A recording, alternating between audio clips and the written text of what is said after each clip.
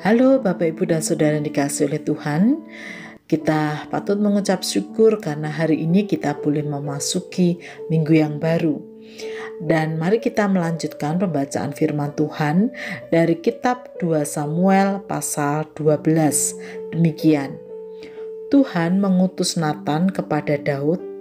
Ia datang kepada Daud dan berkata kepadanya, "Ada dua orang dalam suatu kota, yang seorang kaya, yang lain miskin. Si kaya mempunyai sangat banyak kambing domba dan lembu sapi. Si miskin tidak mempunyai apa-apa, selain dari seekor anak domba betina yang kecil, yang dibeli dan dipeliharanya. Anak domba itu menjadi besar padanya bersama-sama dengan anak-anaknya, makan dari suapnya dan minum dari pialanya dan tidur di bangkuannya, seperti seorang anak perempuan baginya." Pada suatu waktu, orang kaya itu mendapat tamu, dan ia merasa sayang mengambil seekor dari kambing dombanya atau lembunya untuk memasaknya bagi pengembara yang datang kepadanya itu. Jadi ia mengambil anak domba betina kepunyaan si miskin itu dan memasaknya bagi orang yang datang kepadanya itu. Lalu Daud menjadi sangat marah karena orang itu, dan ia berkata kepada Natan, "Demi Tuhan yang hidup, orang yang melakukan itu harus dihukum mati, dan anak domba betina itu harus dibayar gantinya 4 kali lipat, karena ia telah melakukan hal itu dan oleh karena ia tidak kenal belas kasihan." Kemudian berkatalah Natan kepada Daud, "Engkaulah orang itu. Beginilah firman Tuhan Allah Israel. Akulah yang mengurapi engkau menjadi raja atas Israel, dan akulah yang melepaskan engkau dari tangan Saul. Telah kuberikan isi rumah tuanmu kepadamu, dan istri-istri tuanmu ke dalam pangkuanmu. Aku telah memberikan kepadamu kaum Israel dan Yehuda, dan seandainya itu belum cukup, tentu kutambah lagi ini dan itu kepadamu. Mengapa engkau menghina Tuhan dengan melakukan apa yang jahat di matanya? Uria, orang Het itu, kau biarkan ditewaskan dengan pedang. Istrinya kau ambil menjadi istrimu, dan dia sendiri telah kau biarkan dibunuh oleh pedang Bani Amon.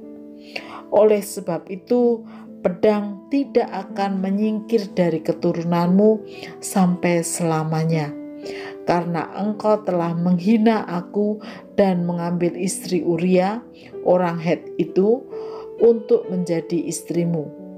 Beginilah firman Tuhan, bahwasanya malapetaka akan kutimpakan ke atasmu yang datang dari kaum keluargamu sendiri.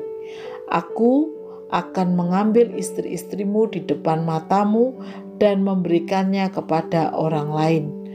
Orang itu akan tidur dengan istri-istrimu di siang hari, sebab engkau telah melakukannya secara tersembunyi. Tetapi aku akan melakukan hal itu di depan seluruh Israel secara terang-terangan." Lalu berkatalah Daud kepada Natan, "Aku sudah berdosa kepada Tuhan." Dan Natan berkata kepada Daud, "Tuhan telah menjauhkan dosamu itu. Engkau tidak akan mati. Walaupun demikian, karena engkau dengan perbuatan ini telah sangat menista Tuhan, pastilah anak yang lahir bagimu itu akan mati." Kemudian pergilah Natan ke rumahnya, dan Tuhan menulahi anak yang dilahirkan bekas istri Uria bagi Daud, sehingga sakit. Lalu Daud memohon kepada Allah, Oleh karena anak itu, ia berpuasa dengan tekun, dan apabila ia masuk ke dalam, semalam-malaman itu ia berbaring di tanah. Maka datanglah kepadanya para tua-tua yang di rumahnya untuk meminta ia bangun dari lantai, tetapi ia tidak mau. Juga ia tidak makan bersama-sama dengan mereka. Pada hari yang ketujuh, matilah anak itu, dan pegawai-pegawai Daud takut memberitahukan kepadanya bahwa anak itu sudah mati. Sebab mereka berkata, ketika anak itu masih hidup, kita telah berbicara kepadanya, tetapi ia tidak menghiraukan perkataan kita. Bagaimana kita dapat mengatakan kepadanya, anak itu sudah mati?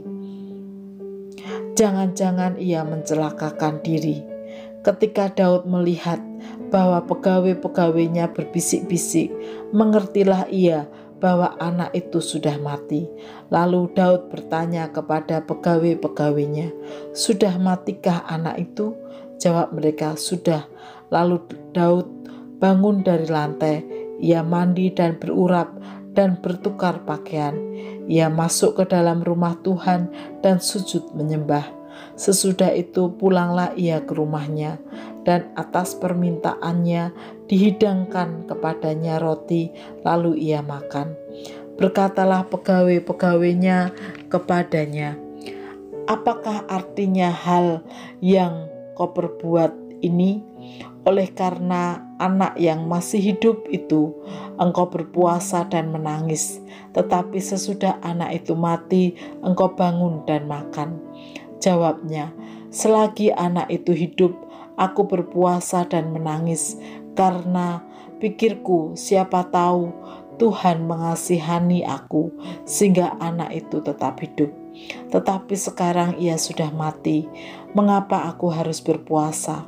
Dapatkah aku mengembalikannya lagi? Aku yang akan pergi kepadanya, tetapi ia tidak akan kembali kepadaku." Kemudian Daud menghibur hati Batseba istrinya. Ia menghampiri perempuan itu dan tidur dengan dia, dan perempuan itu melahirkan seorang anak laki-laki. Lalu Daud memberi nama Salomo kepada anak itu. Tuhan mengasihi anak ini, dan dengan perantaraan Nabi Natan, ia menyuruh menamakan anak itu Yedija, oleh karena Tuhan. Yoab berperang melawan Raba, kota Bani Amon, dan ia merebut kota kerajaan. Lalu Yoab menyuruh orang kepada Daud dengan pesan, "Aku berperang melawan kota Raba dan telah merebut pula kota air. Oleh sebab itu, kumpulkanlah sisa tentara, kepunglah kota itu dan rebutlah, supaya jangan aku yang merebut kota itu, dan jangan namaku menjadi juga nama kota itu." Sesudah itu Daud mengumpulkan seluruh tentara. Ia berangkat ke kota Raba dan berperang melawannya, lalu merebutnya. Ia mengambil mahkota dari kepala raja mereka, beratnya setalenta emas, bertahtakan sebuah batu permata yang mahal, dan itu dikenakan pada kepala Daud. Juga diangkutnya banyak sekali jarahan dari kota itu. Penduduk kota itu diangkutnya dan dipaksanya bekerja dengan gergaji, penggerek besi, dan kapak. Juga dipekerjakannya mereka di tempat pembuatan batu bata. Demikianlah juga diperlakukan Daud segala kota Bani Amon. Sesudah itu pulanglah Daud dengan seluruh tentara ke Yerusalem. Bapak, Ibu, dan Saudara yang dikasihi oleh Tuhan, dari teks yang kita baca hari ini kita bisa melihat bahwa Daud, sang raja yang diurapi oleh Tuhan, menggantikan Saul, jatuh dalam dosa.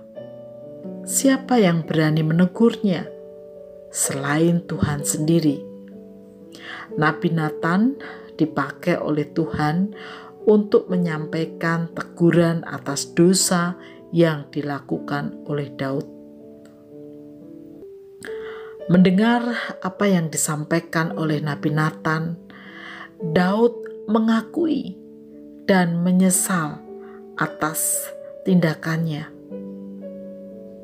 Pengakuan dan penyesalan Daud bukan berarti tidak ada konsekuensi yang harus ia terima sebagai akibat dari dosanya.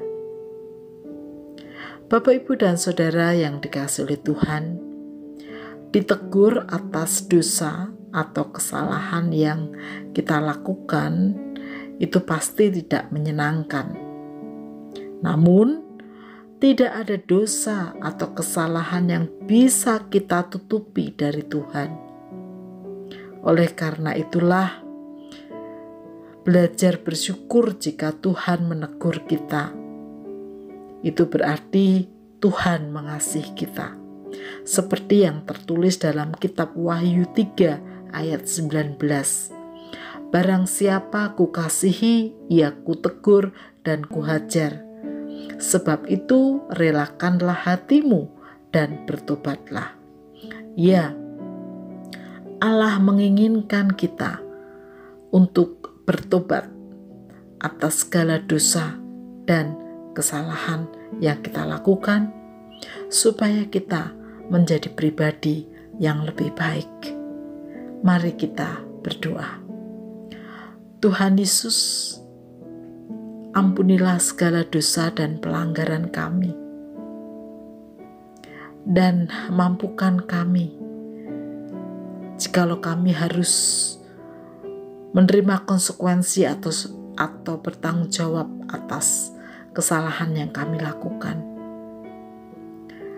Dan jadikan kami menjadi pribadi-pribadi yang membuka hati seluas-luasnya atas teguran yang Tuhan lakukan, karena kami percaya Tuhan mengasihi kami dan Tuhan menginginkan kami untuk menjadi pribadi yang lebih baik. Di dalam nama Tuhan Yesus kami berdoa. Amin.